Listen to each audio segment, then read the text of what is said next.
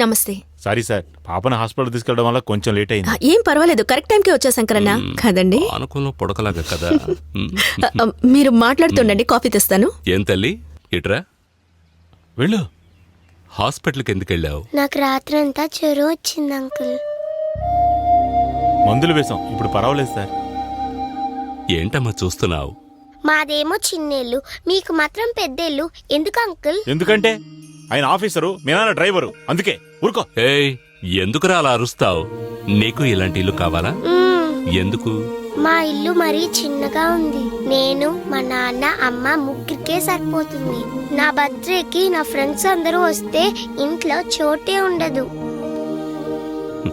నువ్వు నాలా బాగా చదువుకుని పెద్ద ఆఫీసర్ అయితే నీకు ఇలాంటి పెద్ద ఇల్లు ఇస్తారు. నిజమా అంకుల్? నేను చదివిస్తాను, నువ్వు చదువుకుంటావా? Very good. నానా నానా విన్నావా? నే చదువుకుని అంకుల్ లాగే పెద్ద ఆఫీసర్ అవుతాను. అప్పుడు మనకు కూడా ఇలాంటి పెద్ద ఇల్లు ఇస్తారు. మీ బర్త్డేని, నా బర్త్డేని, అమ్మ బర్త్డేని చాలా బాగా సెలబ్రేట్ చేసుకోవచ్చు కదా నాన్న? అవునమ్మా.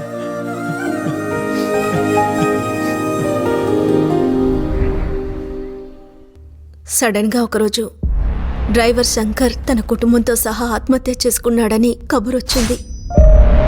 వాడి కూతురికి క్యాన్సర్ అట. క్యాన్సరా? ఫైనల్ స్టేజ్ లో ఉందట. ట్రీట్మెంట్ కి చాలా డబ్బు కావాలట. ఆ డబ్బు ఏర్పాటు చేయలేక ఆత్మహత్య చేసుకున్నారు మేడం. ట్రీట్మెంట్ చేయించడానికి డబ్బులు లేకే శంకర్ అన్న కుటుంబం ఆత్మహత్య చేసుకున్నారన్న విషయం తెలిసాక మీ అన్నయ్య చాలా అప్సెట్ అయ్యారు. ఆ పాప అంటే మీ అన్నయ్యకి చాలా ఇష్టం. తన మరణం మీ అన్నయ్యని చాలా డిస్టర్బ్ చేసింది. నాన్న, పేదోళ్ళకి క్యాన్సర్ వస్తే బతకరట నాన్న, నిజమా? అలా అని నీకెవరు చెప్పారు? శారదా ఆంటీ చెప్తూ ఉంటే నేను విన్నాను నాన్న. అదంతా ఏమి లేదమ్మా, వాళ్ళు సరైన ట్రీట్మెంట్ తీసుకోవడం లేదు. ఎందుకని? అంత డబ్బు ఖర్చు వాళ్ళు పెట్టుకోలేరు. అంటే శారదా ఆంటీ చెప్పింది కరెక్ట్. పేదోళ్ళకి క్యాన్సర్ వస్తే బతకరనేది నిజమే. అటువంటి మాటలన్నీ పట్టించుకోవద్దు, నువ్వు వెళ్ళి ఆడుకో. సరే. ఆ తర్వాత ఏమైందో తెలీదు. ఎప్పుడు రూమ్లో కూర్చొని కంప్యూటర్లోనే ఏదో చేస్తూ ఉండేవారు. ఒకరోజు ఉన్నట్టుండి ఎవరో ఒక కౌన్సిలర్ ఇంటి ముందుకొచ్చి ఆయన లేని టైంలో గొడవ చేశాడు. ఆ విషయం తెలిసి మీ అన్నయ్య కోపంగా వెళ్లారు.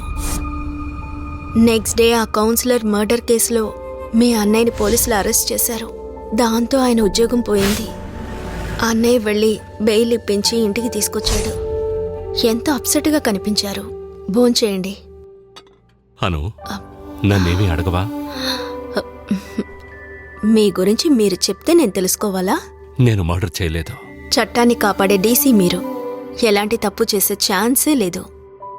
కష్టాలనేవి ఆ భగవంతుణ్ణే వదల్లేదు. ఇక మనదేముంది? భోంచేయండి.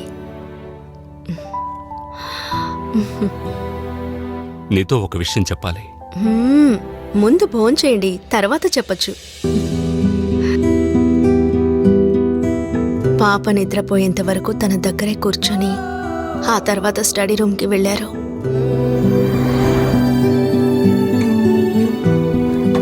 ఉదయాన్నే నేను కాఫీ తీసుకుని వెళ్ళి చూసేసరికి